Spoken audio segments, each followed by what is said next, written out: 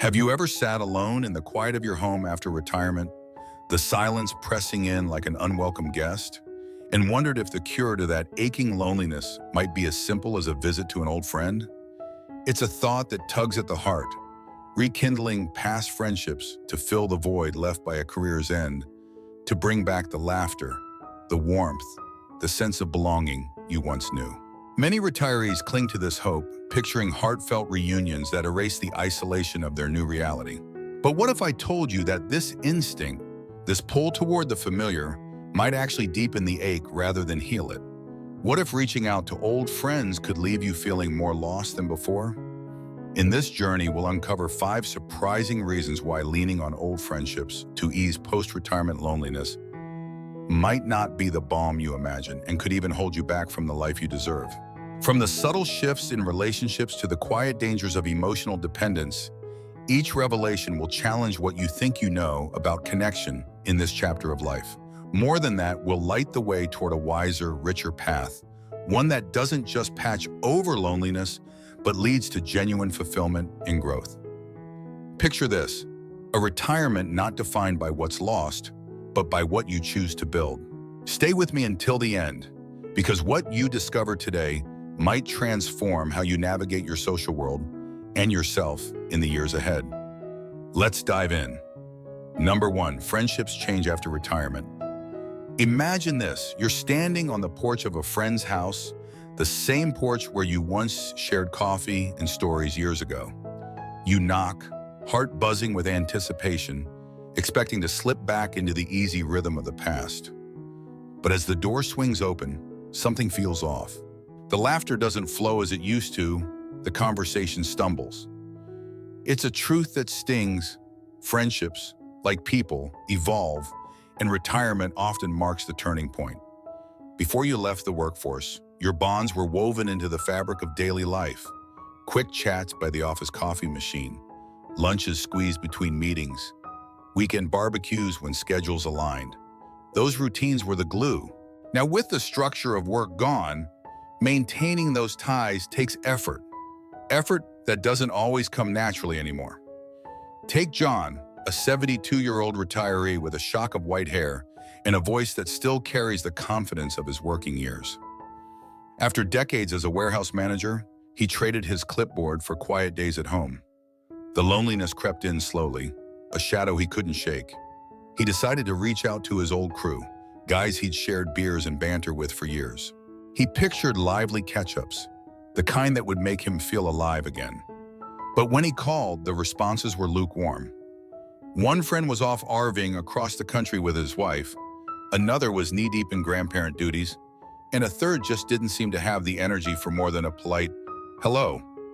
John drove 2 hours to visit one of them anyway, only to spend the afternoon nodding through stories that didn't include him anymore. He left feeling like a guest in a life he once belonged to, the sting of rejection sharper than the loneliness he'd started with. The reality is, not every friendship is built to weather the seasons of life. People drift, new hobbies, new families, new priorities, and the threads that once held you close can fray. When you chase the past, expecting it to feel like it once did, you risk disappointment that cuts deeper than solitude. Instead of clinging to what was, imagine opening yourself to what could be. A neighbor who shares your love of gardening, a book club where your voice finds a new echo. The wiser path isn't in forcing old ties to fit, it's in crafting connections that meet you where you are today. Number 2, you might be seeking comfort in the wrong place. Picture yourself staring out a window, the day stretching long and empty after retirement. The silence isn't just quiet, it's a hollow that gnaws at you, whispering that something's missing. Your first instinct is to pick up the phone, to call someone who knew you when life felt full. It's human to crave the familiar, to think that a friend's voice or a shared memory will stitch up that empty space inside. But here's the twist. Loneliness after retirement isn't always about people. It's often about purpose. Work gave you a rhythm, a reason to get up, a role to play. When it's gone, you're not just missing coffee breaks with colleagues. You're missing the meaning they carried. Martha, 68, with her silver curls and a smile that once lit up staff meetings, felt this keenly. After retiring from her job as a school administrator, she found herself adrift. The days blurred into one another, and the loneliness settled like dust. She started dialing old friends, colleagues, neighbors from her old street, hoping their chatter would bring back her spark. She'd drive across town, sit in their living rooms, sip tea, and swap stories about the past. But as the visits piled up, she noticed something. The warmth faded fast. She'd leave their houses smiling, but by the time she pulled into her driveway, the emptiness was back, heavier than before. It wasn't until she stumbled into volunteering at a local animal shelter, scooping kibble, walking wagging dogs, that she felt a shift. For the first time in months, she wasn't just filling time, she was building something. The dogs didn't care about her past, they needed her now. And in their eager eyes, she found what no nostalgic visit could give her: a reason to show up. Loneliness tricks you into thinking it's about company, but often it's about contribution. Old friends can offer a temporary lift, a fleeting glow of memory, but they can't replace the deeper need to matter. Before you book that next visit, pause. Ask yourself, am I missing them or am I missing me? The answer might lead you not to a familiar doorstep, but to a passion waiting to be claimed, a hobby, a cause, a quiet pursuit that makes your days yours again. If this is resonating with you, drop number 2 in the comments below. I'd love to know you're here. And if you haven't subscribed yet, hit that button and tap the bell. Your support keeps this journey going. Number 3, constantly visiting can lead to social imbalance. Friendships are like a dance. Both sides step forward, sway together, find a rhythm. But what happens when you're the only one moving? Retirement can shift the beat, and suddenly you're the one always calling, always planning, always knocking on doors. It feels proactive at first, noble even. You're keeping the connection alive. But over time, you start to notice the silence on their end. No calls returned, no invitations offered. The balance tips, and what was once a partnership feels like a solo act. Richard, 70, with his weathered hands and a grin that still hints at his days as a mechanic, learned this the hard way. After retiring, he made it his mission to stay tethered to his old life. Every week, he'd pick up the phone or climb into his rusty pickup to visit buddies from the shop. He'd show up with a six-pack or a story, ready to relive the glory days. At first, they welcomed him, clapped him on the back, cracked open a beer. But as the months wore on, he saw the pattern. He was always the one reaching out. Their hellos grew shorter, their excuses quicker. One rainy afternoon, sitting across from a friend who barely looked up from his phone, Richard felt it, a pang of doubt. Do they even want me here? The question lingered, and the drive home was long and quiet. He realized he'd been pouring energy into a well that wasn't giving back, and the effort left him more isolated than if he'd stayed home. A true friendship doesn't demand you carry it alone. If you're always the initiator, the planner, the one who shows up, it's not just tiring, it's a signal. Maybe they've moved on, or maybe the connection's faded into courtesy. Step back, let the dance pause. The ones who value you will step forward, and if they don't, that space is yours to fill with relationships that flow both ways. You deserve that balance, especially now. Number 4, over-reliance on friends can hinder personal growth. Imagine standing at the edge of a new chapter, the vast expanse of retirement stretching before you like an uncharted sea. The waves of loneliness lap at your feet, and your instinct is to turn back, to cling to the sturdy dock of old friendships, a lifeline to the life you knew. It feels safe, doesn't it? Those familiar voices, those well-worn stories, they're a comfort, a shield against the unknown. But what if that shield is also a cage? What if leaning too heavily on the past keeps you from stepping into the person you could become? Barbara, 74, with her gentle eyes and a voice softened by years of loss, knows this struggle intimately. A widow since her husband passed 5 years ago, she retired from her job as a librarian with a quiet hope of filling her days with connection. When loneliness crept in, she reached for her childhood friends, girls she'd giggled with over milkshakes, women she'd cried with through life's storms.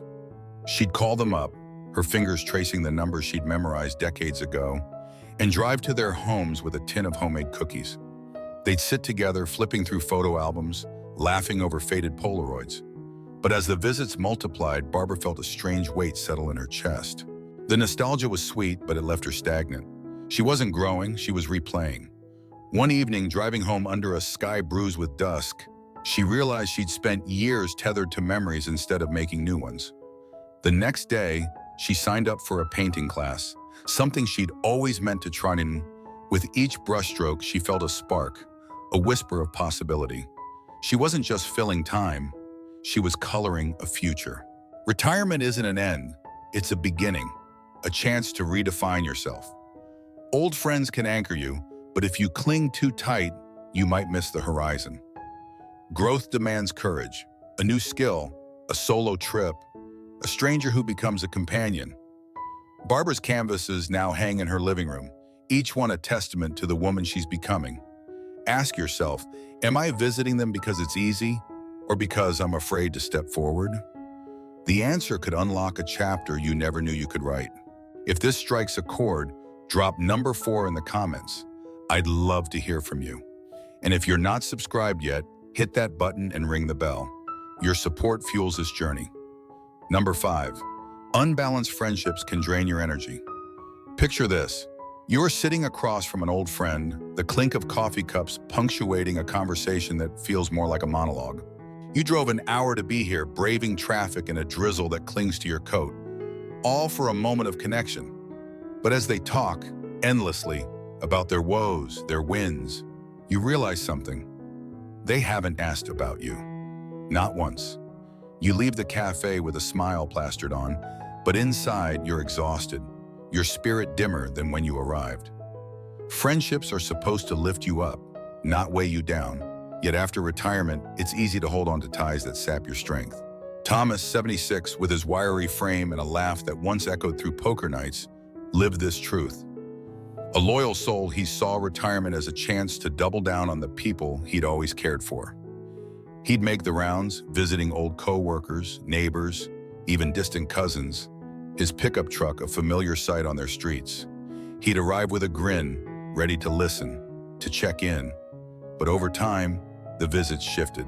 One friend turned every chat into a litany of complaints, health woes, money troubles, never pausing to ask how Thomas was holding up after his own knee surgery.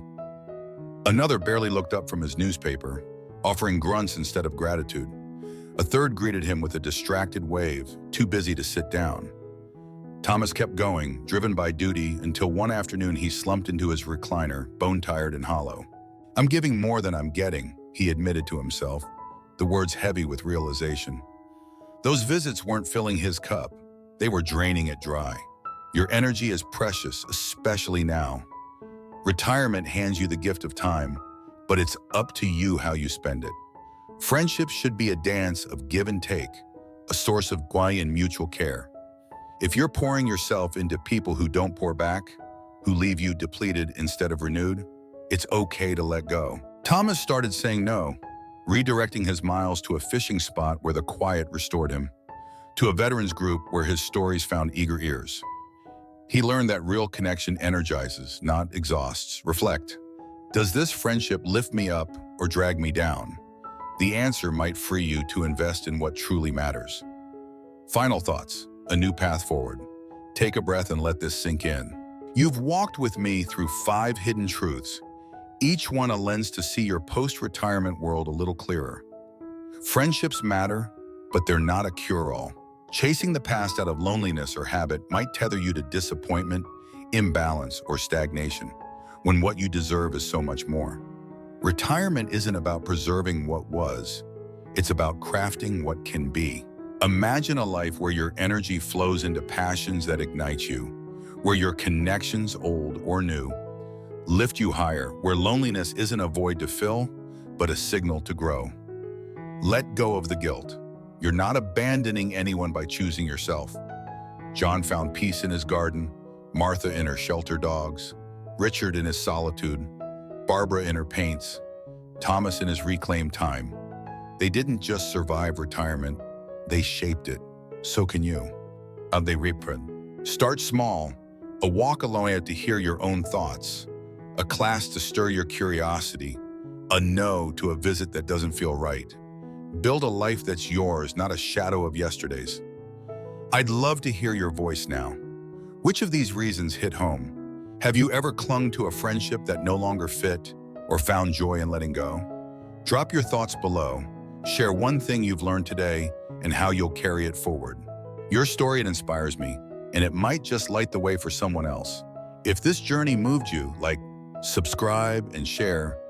It keeps us going. Thanks for being here. The rewrite is complete. Until next time, keep building your tomorrow.